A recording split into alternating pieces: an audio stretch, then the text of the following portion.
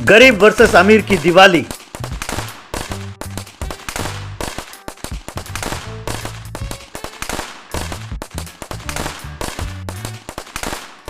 पहलगांव नाम का एक गांव था। वहां पर धनवानों के घर के पास ही गरीबों की झोपड़ियां भी थीं। धनवानों के बच्चे खूब कीमती खिलौनों के साथ खेलते थे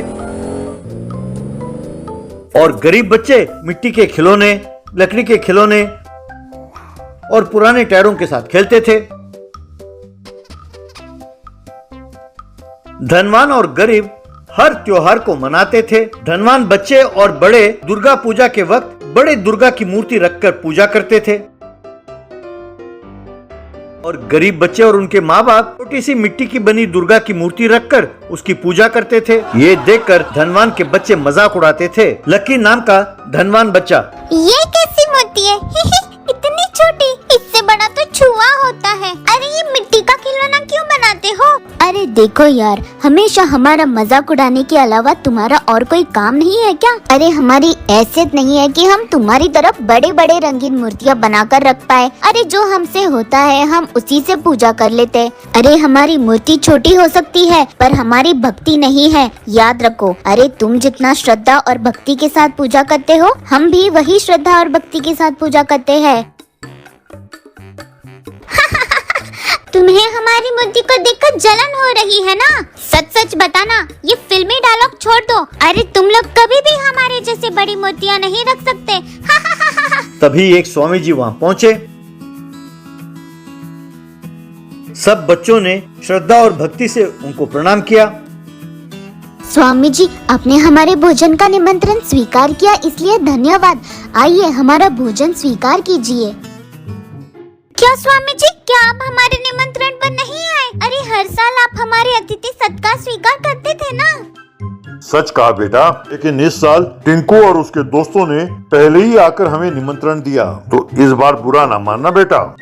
अरे ये गरीब कमबख्त क्या खिलाएंगे स्वामी जी, चावल और अचार के अलावा? लेकिन हम आपको 56 भोज खिलाएंगे। अरे इनका खाना भी कोई खाना होता है स्वामी जी? थू। गलत है बेटा, यूं खाने का अपमान नहीं करना चाहिए, वो पाप है। बात क्या है स्वामी जी, जो सच है वही तो कह रहा हूँ। अरे ये गरीब आपको क्या खिलाएंगे, चाहे पाप हो या पुण्य? धनवानी हमेशा अच्छे हैं। अरे ये गरीब तो हमेशा गरीब ही रहेंगे स्वामी जी। ये सुनकर स्वामी जी को बहुत गुस्सा आया। उन्होंने इन बच्चों को सबक सिखाने का निर्णय ले लिया। दिवाली से एक दिन पहले लक्की और उसके साथी आकर स्वामी जी से मिले। स्वामी जी को घर आकर खाने का निमंत्रण दिया। उसके बाद टिंकू और उसके साथी भी आए। उन्होंने भी भोजन का निमंत्रण दिया। बेटा, तुमसे पहले ही लकी आकर मुझे निमंत्रण देकर गया है, मुझे वहीं जाना होगा। वैसे तुम लोग दिवाली कैसे मनाने वाले हो? हम गरीब हैं स्वामी, हमारे लिए दिवाली क्या? उन पटाखों की कीमत सुनते ही सर चकरा जा रहा है स्वामी जी। हम तो बस लक्की और उसके साथियों को पटाखे जलाते देखकर खुश हो जाते हैं। इस बार ऐसा नहीं होगा बेटा, इस बार तुम जलाओगे और वो मुंह खुला रखकर देखते रहेंगे। तुम लोग गांव के अंदर जाओ और जले हुए पटाखों को जमा करो और तैयार रहो। यूं सब गरीब बच्चे गांव भर में घूमकर जले हुए पटाखों को जमा किया। दिवाली के दिन लकी और उसके साथियों के सामने कई किस्म के नए पटाखे थे और टिंकू और उसके साथियों के सामने पुराने जले हुए पटाखों का ढेर था। तभी स्वामी जी वहां पहुंचे। स्वामी जी आइए। देखा, उन गरीब लड़कों ने जले हुए पटाखों को जमा करके रखा है। बेचारे इस उम्मीद में बैठे हैं कि कहीं वो जलेंगे फिर से। अरे टिंकू, तुम चाहे उल्टा खड़े हो जाओ, वो पटाखे जलने नहीं वाले। अरे बेटा लकी, कौन सा पटाखा जलेगा कौन सा नहीं, ये कहने वाले हम कौन है बेटा? तुम पटाखे जलाओ, देखते हैं क्या होता है। यूं लकी और उसके साथियों ने बहुत कोशिश की, लेकिन उनका एक भी पटाखा नहीं जला। ये देखकर वे सब हैरान हो गए।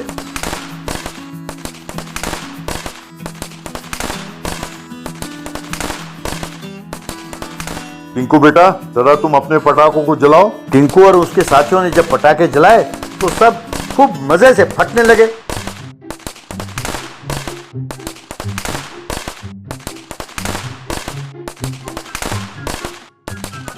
ये देखकर वे हैरान हो गए और लकी और उसके साथी दंग रह गए। लकी और उसके साथियों ने बहुत कोशिश की, पर एक भी पटाखा नहीं जला। लेकिन टिंकू और उसके साथियों के पटाखे खूब जलने लगे। अरे यार, तुम लोग चिंता ना करो कि तुम्हारे पटाखे नहीं जल रहे। आओ यार, हमारे पटाखे जलाओ। दिवाली को हम मिलकर खुशी खुशी मनाते हैं। आओ यार, आओ। देखा लकी बेटे, वो गरीब जरूर हैं पर बहुत अच्छे हैं। अपने पटाखे भी तुम लोगों के साथ बांटना चाहते हैं। यही उनका बड़प्पन है। यही अच्छाई और प्यार सब में होना चाहिए, तभी संसार सुखमय होगा। गरीब और अमीर का भेदभाव बिल्कुल नहीं होना चाहिए बेटा। तुम चाहे जितनी कोशिश कर लो, ये पटाखे जलने नहीं वाले, लेकिन वो जिसे भी जलाएं वो फटेगा। मैंने ही जानबूझकर ऐसा मंत्र पढ़ा है। तुम लोगों को सबक सिखाने के लिए मैंने ऐसा किया। अगर तुम लोग अब भी नहीं सुधरोगे तो तुम पर और मंत्रों का प्रयोग करना होगा। खबरदार। स्वामी जी, मैं आपके हाथ जोड़ता हूँ, ऐसा ना कीजिए। हम जान गए कि हमारी गलती क्या है। अब से हम सब मिलजुल कर ही रहेंगे। बहुत खुशी हुई बेटे, अब तुम लोग अपना पटाखा चला सकते हो। कहकर हाथ घुमाकर मंत्र पढ़ा। तब लकी और उसके साथियों ने पटाखे जलाए तो खूब मजे से फटने लगे। ये देखकर वो बहुत खुश हुए।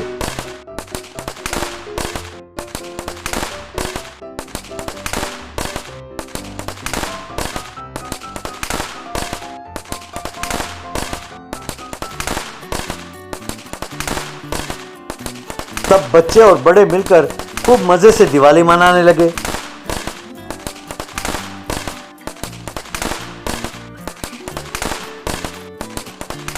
तब से लकी और टिंकू और उनके साथ मिलजुल कर खुशियां मनाते थे। कार पेट्रोल चोर। कोपर गांव नाम के गांव में चौहान नाम का एक बहुत धनवान रहता था। उसके बेटे का नाम था विक्की।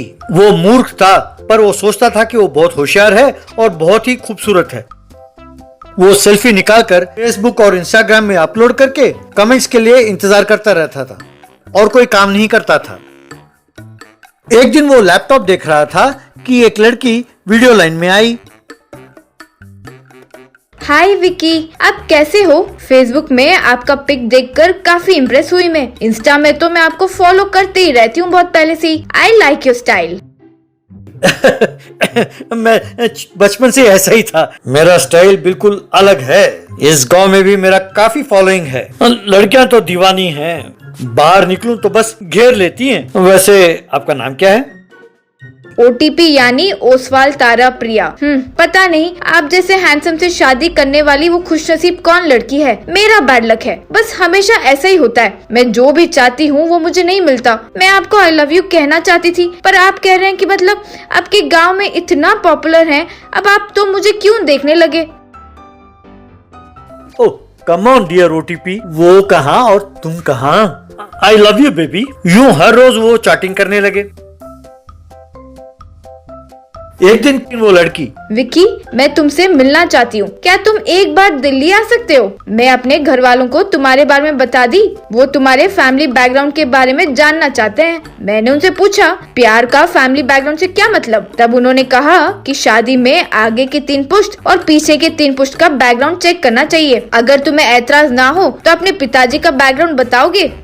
वैसे ही भाई ओसवाल तारा कह के बोलने ही वाला था कि अरे इतना लंबा चौड़ा नाम क्यों लेते हो? सीधा सीधा OTP बोलो ना। अरे OTP तुम्हें जो चाहिए हो मांगो, मैं दे देता हूँ। That's why I love you, Vicky. तुम्हारे पिताजी का Aadhaar card, PAN card, credit card, bank के अकाउंट की डिटेल्स, पिन नंबर सब दे दो। दे सकोगे? ये कौन सी बड़ी बात है, मैं अभी उनके फोटो निकाल कर तुम्हें व्हाट्सएप कर देता हूँ। Okay baby. I love you, darling। तुम कल ही रवाना होकर दिल्ली आ जाओ। आते हुए अपने डैडी का फोन लेके आना ना भूलना। पिताजी का फोन? उसे क्यों लाऊं? उससे क्या काम है? वही तो, मेरे घर वाले टेस्ट करने के लिए मेरे नाम से यानी OTP से कुछ नंबर्स भेजेंगे। बाद में जब फोन करके पूछेंगे तो उन्हें वो नंबर बताना होगा। अब तुम्हारे पिताजी वो नंबर बताएंगे या उनसे लड़ेंगे ये नहीं पता है ना, इसीलिए वो फोन तुम ले आओ और तुम्हारे पिताजी की तरह आवाज बदलकर वो नंबर उन्हें बताते रहना, तब उन्हें शक नहीं होगा। वाह डार्लिंग, तुम तो बड़ी होशियार निकली। तुमसे शादी किया तो मेरी जिंदगी बदल जाएगी। चलो हटो, मुझे शर्म आती है। यू नॉटी बॉय, तुम फॉरेन चली आओ। बाद में विक्की ने अपने पिताजी के सारे डिटेल्स चुरा लिए। फिर बाइक में आ रहा था कि गांव के बाहर एक जगह बाइक रुक गई। धत, लगता है पेट्रोल खत्म हो गया। अब जेब में पैसे भी नहीं है, अब क्या करूं कहकर इधर उधर देखने लगा। तभी वहां उसे एक कार दिखाई दिया। तब विक्की ने एक पाइप डालकर एक बोतल भरकर पेट्रोल वहां से निकाला।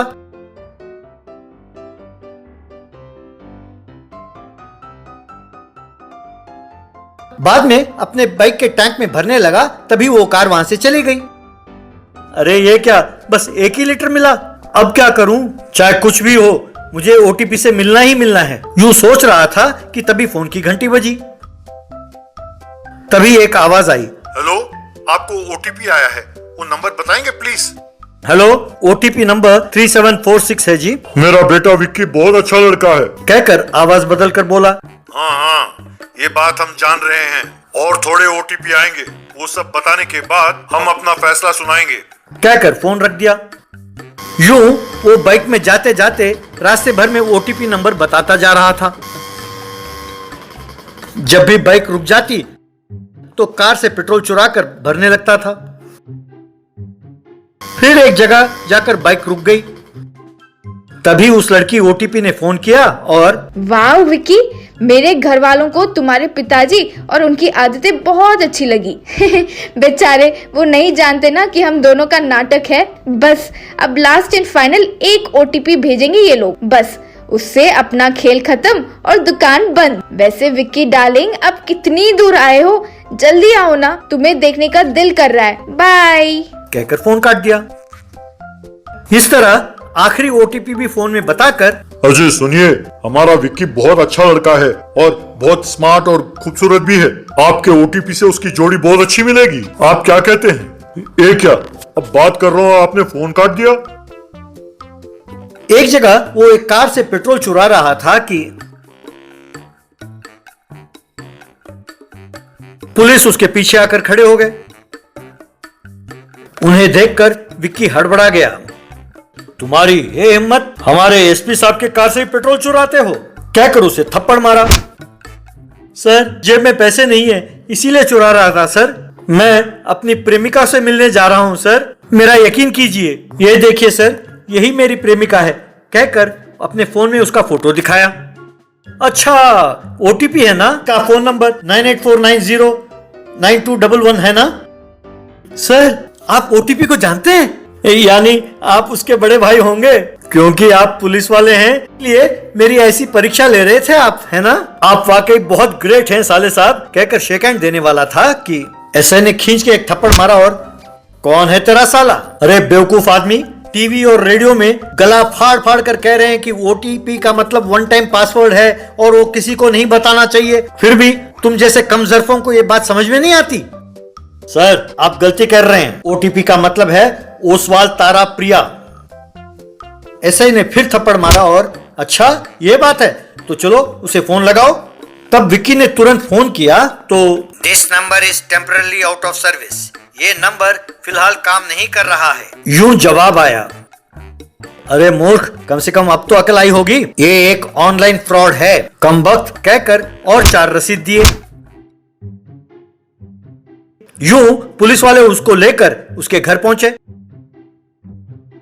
घर पर पिताजी उसे खूब मारते हुए, निकम्मे, तेरे वजह से एक ही दिन में बैंक से सारा पैसा सफाचट हो गया, कमबख्त, बेवकूफ, नामाकुल, कहकर डांटने लगा।